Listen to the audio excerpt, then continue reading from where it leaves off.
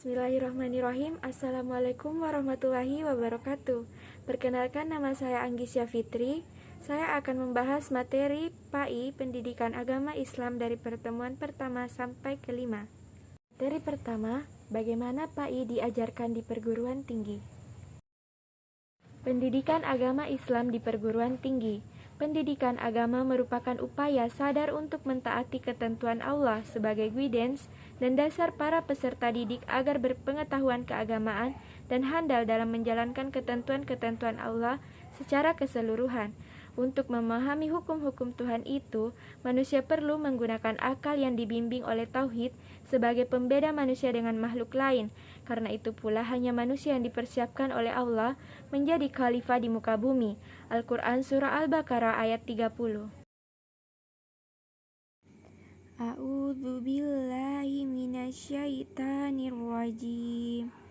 Bismillahirrahmanirrahim. Wa iz qalu rabbuka lil malaikati inni ja'ilun fil ardi khalifatan qalu ataj'alu fiha may yufsidu fiha wa yasfikut dima'a wa nahnu nusabbihu bihamdika wa nukaddisu laka la inni a'lamu ma la ta'lamun. Syadaqallahul azim. Artinya, dan ingatlah ketika Tuhanmu berfirman kepada para malaikat, Aku hendak menjadikan khalifah di bumi. Mereka berkata, apakah engkau hendak menjadikan orang yang merusak dan menumpahkan darah di sana, sedangkan kami bertasbih memujimu dan menyucikan namamu? Dia berfirman, sungguh aku mengetahui apa yang tidak kamu ketahui. Cara PAI diajarkan di perguruan tinggi. 1. Menentukan tujuan. 2. Mempelajari karakteristik peserta didik. 3. Menentukan proses pembelajaran dan cara memotivasi. 4. Memilih dan melaksanakan pengajaran. Dan yang kelima, melakukan evaluasi terhadap proses pembelajaran. Materi kedua, bagaimana manusia bertuhan. Cara manusia meyakini dan mengimani Tuhan. Iman kepada Allah Subhanahu wa Ta'ala merupakan pokok dari seluruh iman yang tergabung dalam rukun iman. Karena iman kepada Allah Subhanahu wa Ta'ala merupakan pokok dari keimanan yang lain, maka keimanan kepada Allah Subhanahu wa Ta'ala harus tertanam dengan benar kepada diri seseorang. Sebab jika iman kepada Allah Subhanahu wa Ta'ala tidak tertanam dengan benar, maka ketidakbenaran ini akan berlanjut kepada keimanan yang lain, seperti iman kepada malaikat-malaikatnya, kitab-kitabnya, rasul-rasulnya, hari kiamat, serta qada dan qadarnya. A'udzu billahi minasyaitonir rajim. Bismillahirrahmanirrahim. Ya ayyuhallazina amanu aminu billahi wa rasulihi wal kitabil ladzi nazzala ala rasulihi wal kitabil ladzi anzala min qablu wa may yakfur billahi wa malaikatihi wa kutubihi wa rusulihi wal yaumil akhiri wa faqad dalla dalalam baida. Syadaqallahul azim. Artinya, wahai orang-orang yang beriman, tetaplah beriman kepada Allah dan Rasul-Nya Muhammad dan kepada kitab Al-Quran yang diturunkan kepada Rasul-Nya serta kitab yang diturunkan sebelumnya. Barang siapa ingkar kepada Allah, malaikat-malaikatnya, kitab-kitabnya, rasul-rasulnya, dan hari kemudian, maka sungguh orang itu telah tersesat sangat jauh. Ditinjau dari segi yang umum dan yang khusus, ada dua cara beriman kepada Allah Subhanahu wa Ta'ala, yaitu 1. Bersifat ijmali. Cara beriman kepada Allah Subhanahu wa Ta'ala yang bersifat ijmali maksudnya adalah bahwa kita mempercayai Allah Subhanahu wa Ta'ala secara umum atau secara garis besar. Dan yang kedua bersifat tafsili. Cara beriman kepada Allah Subhanahu wa Ta'ala yang bersifat tafsili maksudnya adalah mempercayai Allah secara rinci. Materi ketiga, bagaimana agama menjamin kebahagiaan. Konsep dan karakteristik agama sebagai jalan menuju Tuhan dan kebahagiaan. Dalam kitab Misanul Amal, Al-Ghazali menyebutkan bahwa asa dan bahagia terbagi dua. Pertama, bahagia hakiki dan bahagia majasi. Bahagia hakiki adalah kebahagiaan ukhwari, didapatkan dengan modal iman, ilmu, dan amal, kebahagiaan abadi dan rohani. Dan bahagia majasi adalah kebahagiaan duniawi, didapatkan dari orang beriman dan tidak beriman. Di antara kebahagiaan duniawi adalah harta, keluarga, kedudukan terhormat. Alasan manusia harus beragama dan bagaimana agama dapat membahagiakan umat manusia. Kunci beragama berada pada fitrah manusia, yaitu sesuatu yang melekat pada diri manusia dan telah menjadi karakter manusia. Profesor Udin Winataputra mengungkapkan bahwa fitrah adalah keadaan lahir dalam kesucian, yakni suci dari dosa dan telah beragama, yakni agama Islam. Tugas manusia adalah berupaya agar kesucian dan keimanan terus terjaga dalam hatinya hingga kembali kepada Allah. A'udzubillahi minasyaitonirrajim. Bismillahirrahmanirrahim. Wabtagi fima atakallahu daral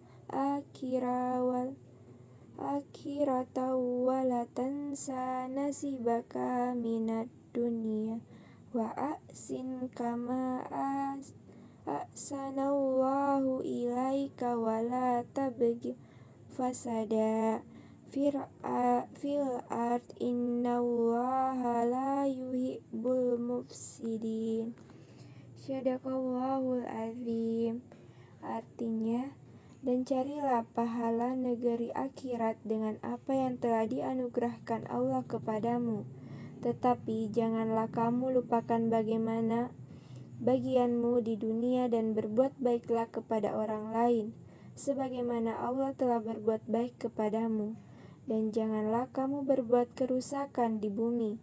Sungguh Allah tidak menyukai orang yang berbuat kerusakan. Materi keempat, mengintegrasikan iman, Islam, dan ihsan dalam membentuk insan kamil. Alasan mengapa iman, Islam, dan ihsan menjadi persyaratan dalam membentuk insan kamil. Karena insan kamil adalah manusia yang sempurna. Ya, meskipun tidak ada manusia yang sempurna kecuali Nabi, namun Islam, iman, dan ihsan akan membentuk insan kamil itu sendiri menjadi manusia yang lebih sempurna. Ia Islam atau berserah diri terhadap aturan Allah.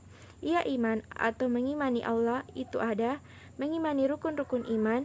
Ia ihsan atau berbuat baik seolah ia melihat Allah dan dilihat Allah. Dari mengamalkan tiga hal tersebut, maka dia akan terbentuk menjadi insan kamil. A'udzubillahi minasyaitonirrajim. Bismillahirrahmanirrahim.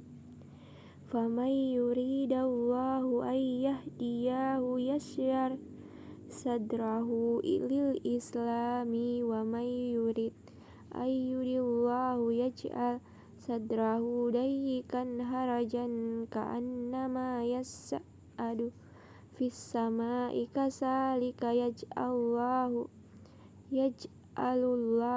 rijsa alal ladzina la yu'minun. Syadaqallahul azim. Artinya, barang siapa dikehendaki Allah akan mendapat hidayah atau petunjuk, dia akan membukakan dadanya untuk menerima Islam. Dan barang siapa dikehendakinya menjadi sesat, dia jadikan dadanya sempit dan sesak, seakan-akan dia sedang mendaki ke langit. Demikianlah Allah menimpakan siksa kepada orang-orang yang tidak beriman. Materi kelima, bagaimana membangun paradigma Qur'ani. Paradigma sendiri adalah cara pandangan orang terhadap diri dan lingkungannya yang akan mempengaruhinya dalam berpikir, bersikap, dan bertingkah laku. Sementara itu, paradigma Qur'ani adalah cara berpikir suatu realitas atau suatu permasalahan berdasarkan Al-Quran. Bagi umat Islam, Al-Quran adalah kitab suci yang merupakan pedoman yang diyakini kebenarannya. Al-Quran adalah kitab yang diturunkan agar manusia tidak berada di kegelapan dan menuju jalan yang terang. Al-Quran juga merupakan petunjuk umat manusia untuk mendapatkan kebahagiaan di dunia maupun di akhirat. Al-Quran sebagai pedoman dan petunjuk memiliki sifat universal atau isi dari Al-Quran tidak hanya dipertunjukkan untuk beberapa orang saja, melainkan seluruh umat manusia. A'udzubillahi minasyaitonirrajim. Bismillahirrahmanirrahim. Kitabun ansalnahu ilaika mubarakul liyadabbaru ayatihi waliyatasakkara ulul albab. Syadaqallahul azim. Artinya, kitab Al-Quran yang kami turunkan kepadamu penuh berkah agar mereka menghayati ayat-ayatnya dan agar orang-orang yang berakal sehat mendapat pelajaran. Berdasarkan ayat tersebut, Al-Quran mengharuskan kita untuk belajar dan memberitahu pentingnya pendidikan. Oleh karena itu, sangat penting untuk menjadikan Al-Quran sebagai paradigma di kehidupan sehari-hari, dengan cara menjadikan Al-Quran sebagai pedoman dalam hidup.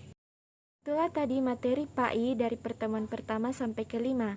Sekian dari saya. Assalamualaikum warahmatullahi wabarakatuh.